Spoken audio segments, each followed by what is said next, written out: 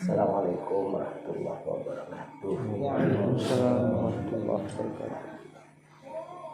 Alhamdulillahirabbil alamin. Salatu wassalam ala asyrafil mursalin nabiyina wa habibina Muhammadin wa ala alihi wa sahbihi. Qala Allah Ta'ala fi kitabihil karim, a'udzu billahi minasy syaithanir rajim. Bismillahirrahmanirrahim.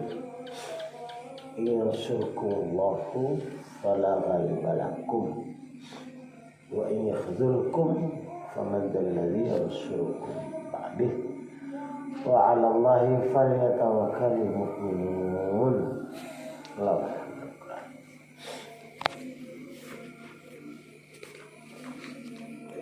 Waqala Nabi sallallahu alaihi wasallam, nusyirtu birru'bi masirata syahrin. Sadaqallahul azim, sadaqan nabiyil karim, Mustafa sallallahu alaihi wasallam, wa nahnu ala dzalika minasyahidin wal 'amilina insyaallah. Allah Subhanahu wa taala berfirman di dalam surat Ali Imran ayat 160.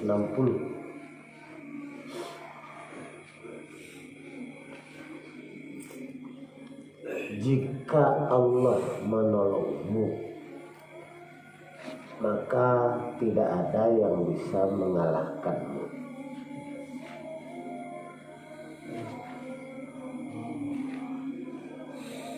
Dan jika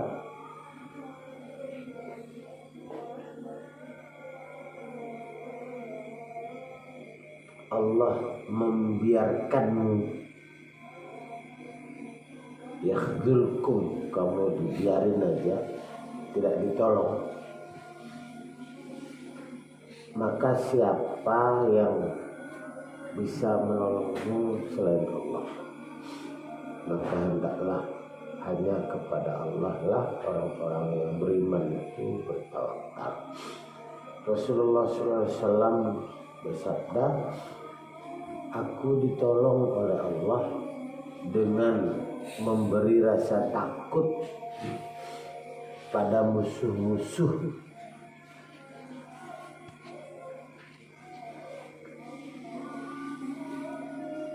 perjalanan 1 bulan. Jadi masih sebulan lagi itu musuh sudah diberi Allah rasa takut sebagai bentuk pertolongan Allah kepada Rasulullah SAW. Ikhwan fillah rahimakumullah, sebagai renungan kita malam hari ini,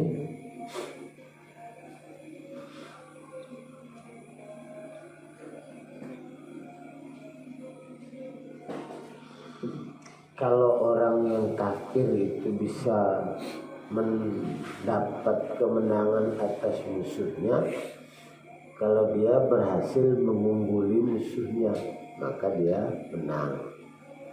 Orang kafir. Sekarang Amerika lawan Rusia misalnya. Amerika itu akan menang lawan Rusia kalau dia punya persenjataan, punya anggaran yang lebih dari Rusia.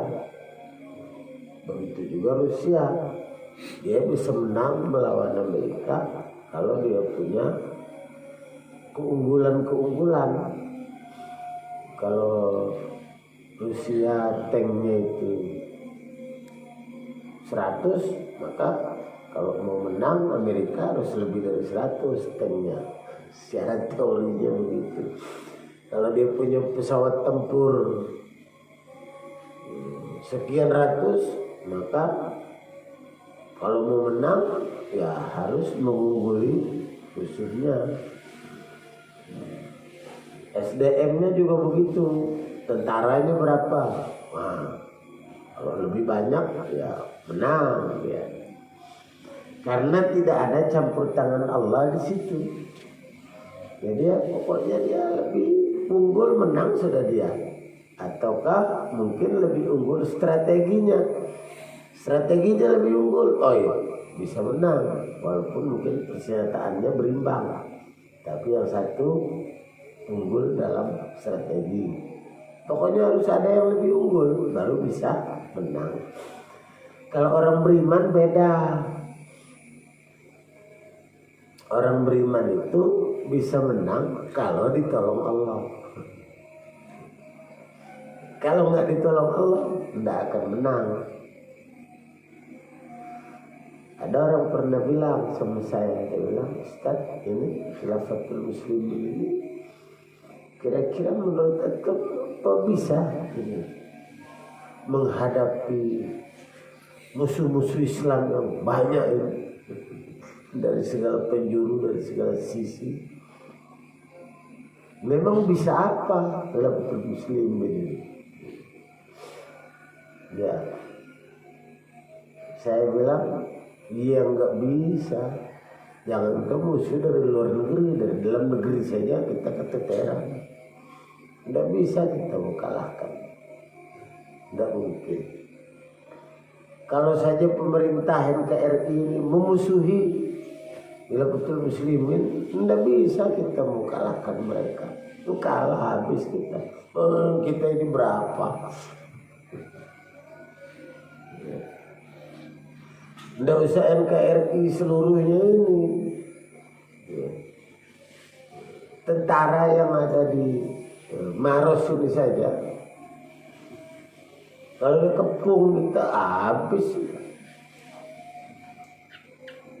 Tidak bisa, tidak akan bisa, tidak ada apa-apanya. Berapa kuat kalian push up dari siang? Tidak bisa mengalahkan musuh, tidak ada jalan-jalannya. Ya. Persenjataan punya apa? Tidak bisa, jadi tidak ada ceritanya. Dari peralatan, dari teknologi, kita ngobrol di sini. Intel-intel itu bisa dengar kita ngobrol di sini. Dari peralatan yang mereka miliki, kita ceramah di sini, dia di sana itu taruh mobilnya di sana, di pinggir jalan sana, dia setel frekuensinya. Itu ambil dolar lebih ceramah, kedengaran.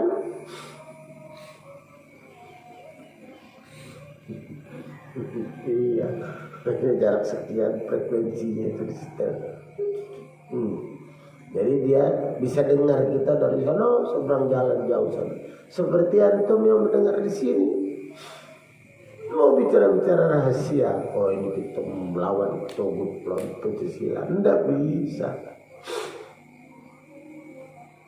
Cuma kita memberi pemahaman kepada mereka, kepada orang yang tidak mengerti tentang kekhalifahan ini, ya, bahwa kita bukan kita itu musuh mereka, enggak. Dan kita juga tidak menganggap mereka sebagai musuh, enggak. Kita dibilang anti Pancasila, wah ini enggak anti kita sama Pancasila. Pancasila itu kearifan lokal yang muncul dari budaya bangsa kita ini. Orang Indonesia itu yang dulu melawan penjajah itu ulama-ulamanya itu merumuskan poin-poin ya yang dianggap penting dari akar sejarah bangsa ini, yang notabene orang-orang Islam, orang-orang beriman. Maka ada Pancasila itu. Kita tidak ada masalah dengan Pancasila itu. Semua sila-silanya cocok. Ke Tuhan yang Maha Esa. Oh ya, cuma kita orang beriman Tuhan yang Maha Esa. Kemanusiaan yang adil dan beradab cocok. Siapa yang tidak mau beradil beradab? Bersatu persatuan, oh iya cocok persatuan. Tidak ada yang tidak cocok. Sampai yang terakhir keadilan sosial cocok semua. Lah terus masalahnya di mana? Masalahnya adalah bahwa Pancasila itu diatur di bawah sistem demokrasi. Demokrasi ini bukan budaya bangsa kita. Itu yang kita tidak setuju. Kasih tahu mereka semua itu. Yang tidak tahu-tahu itu. Ya. Yang mereka pertahankan itu demokrasinya itu. Itu bukan bagian dari Pancasila.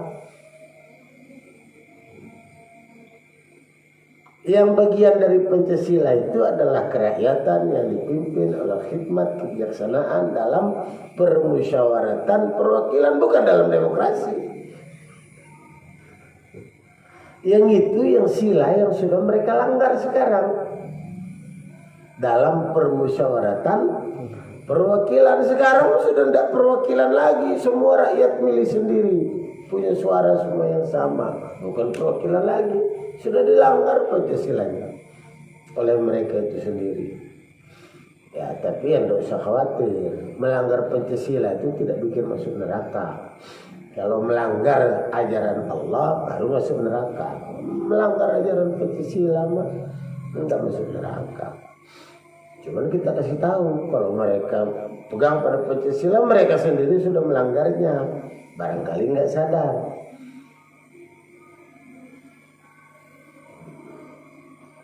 Ketika pemimpin mereka dipilih dengan suara dan pemilihan langsung, sudah mereka langgar Pancasilanya.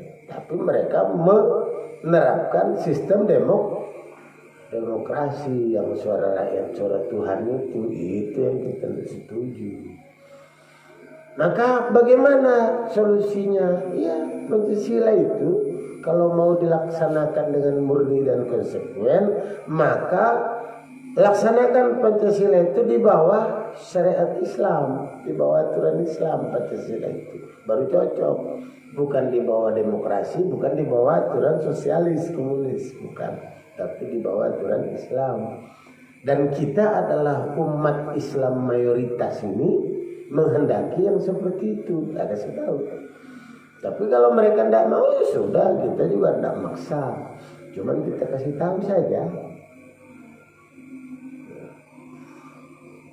Tapi kalau kami tidak mau bagaimana? Ya sudah, terserah. Yang benarnya kita ikut, yang tidak benar ya kita merdeka. Kita tidak paksa mereka untuk ikut yang benar. Masa kita dipaksa untuk ikut yang salah? Woi, kelahi kita, tempur kita, mati kita. Orang kita yang benar itu kita tidak paksa dia ikut. Tahu-tahu yang salah kita dipaksa ikut, wah bagus mati.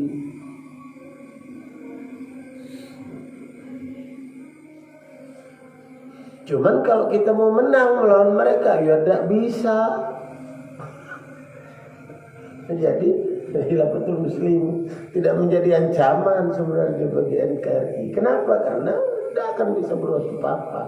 Mau menang lawan NKRI tidak akan bisa. Tidak ada jalan-jalannya. Berapa sih kekuatan Khilafatul Muslim ini?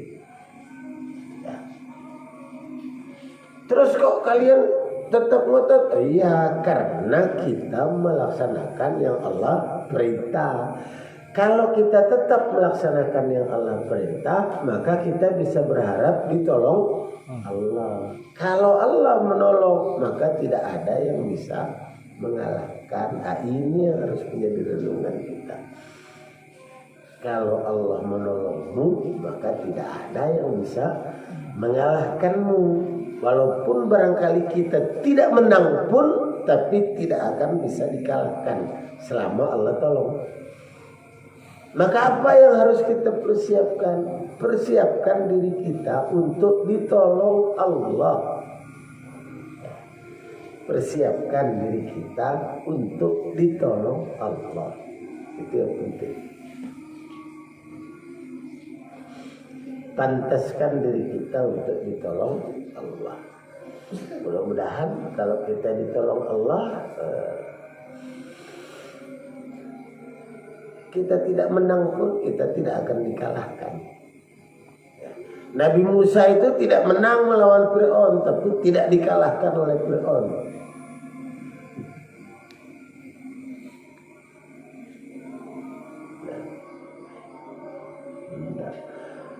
Nabi Ibrahim itu tidak menang melawan Namrud. Tidak dilawan malah Namrudnya. Dia dibakar hidup-hidup juga, ya sudah biar katanya.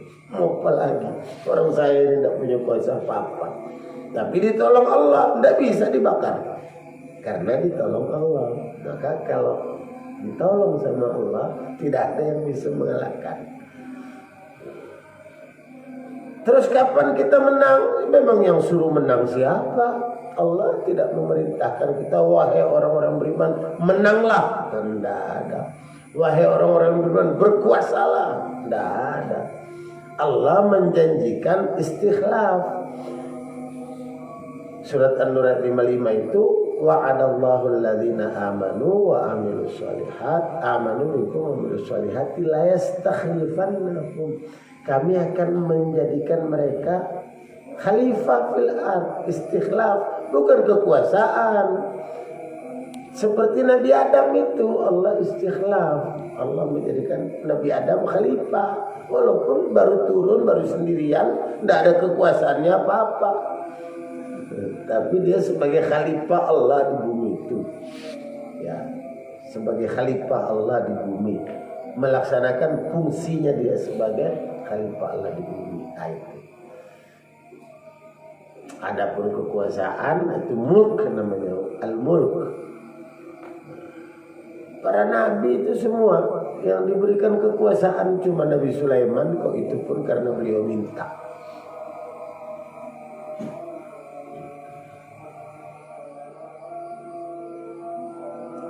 Rabbi firli wa habli mulkan, beri saya kekuasaan kerajaan. Sudah itu. Baik, demikian renungan kita dalam subuh ini. Lebih kurangnya mohon maaf dan Allah. Assalamualaikum warahmatullahi wabarakatuh. Waalaikumsalam warahmatullahi wabarakatuh.